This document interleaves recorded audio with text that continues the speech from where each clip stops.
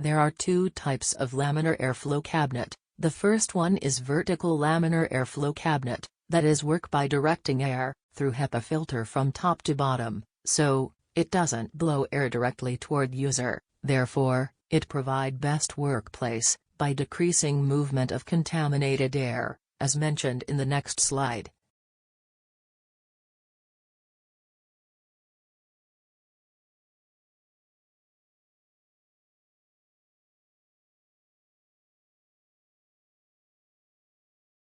And the second part is horizontal laminar airflow cabinet, that is directed air, through HEPA filter.